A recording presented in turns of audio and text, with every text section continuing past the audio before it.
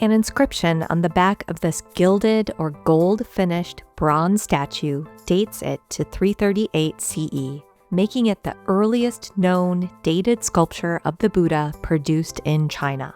Knowing the exact year an early sculpture like this one was made is rare and offers a glimpse into the moment Buddhism started to take hold in China. Buddhism, one of the world's oldest religions, was founded in ancient India around the 6th or 5th century BCE by Prince Siddhartha Gautama, who became the historical Buddha or Shakyamuni Buddha.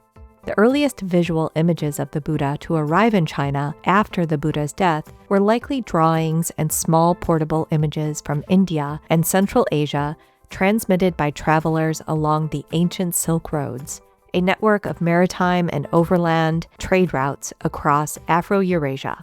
Starting from the late 2nd century CE, local artisans in China produced their own images and sculptures of the Buddha, like this one, using these foreign images as models. The Chinese gilded Buddha is shown frontally in a seated pose on a rectangular platform with his legs crossed. He has a peaceful expression and folds his hands gently across his lap. He wears a robe with wide sleeves that covers both shoulders. It has a thick collar and falls in a pattern of U-shaped folds across his chest and lap. This statue is modeled after images of the Buddha from ancient Gandhara. Gandhara included portions of present-day Afghanistan, Pakistan, North India, Nepal, Tajikistan, and Uzbekistan, and was a major center for the production of Buddhist sculpture from the 1st to the 3rd centuries CE. During this time, Gandhara was occupied by the Kushans, a nomadic group that migrated to Afghanistan and Central Asia from northwest China in the 2nd century BCE. When they arrived, the territory was controlled by a Hellenistic Greek kingdom known as the Greco-Bactrian kingdom.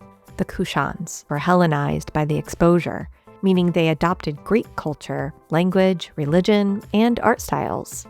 After the fall of the Greco-Bactrian kingdom in the late 2nd century BCE, the Kushans eventually took control of the region and established the Kushan Empire.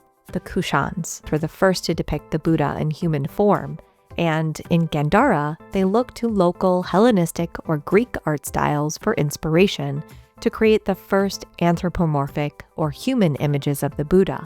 This is often referred to as Greco-Buddhist art. This stone narrative relief from ancient Gandhara is a good example of Greco-Buddhist art, and helps illustrate the cultural exchange that occurred when Buddhism later took hold in China and Chinese artisans began creating their own sculptures of the Buddha. Like the early Chinese statue of the Buddha, the Gandharan Buddha is seated cross-legged on a rectangular platform and wears heavy drapery that covers both shoulders and falls and folds across his body. The Gandharan figure's hair is wavy, a characteristic of Greco-Buddhist art, while the Chinese Buddha's hair is depicted as straight.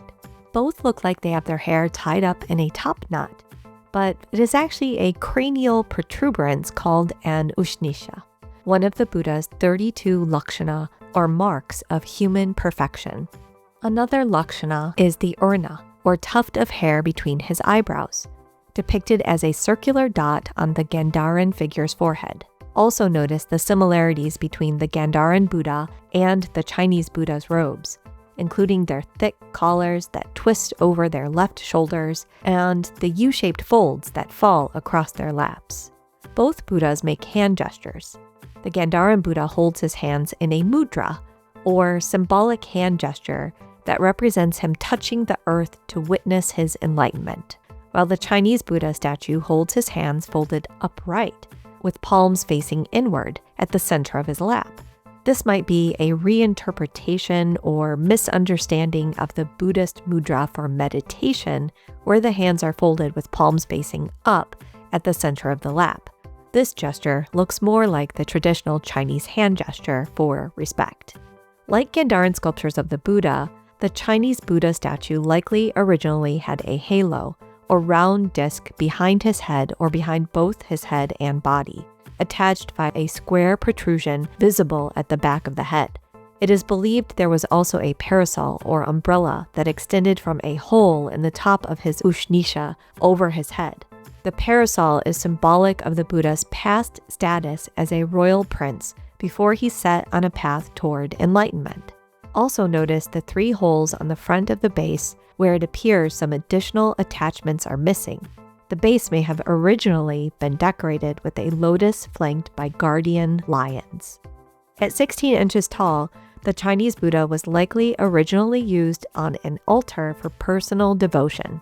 Today, it is considered one of the rarest and most valuable works of early Buddhist art in China.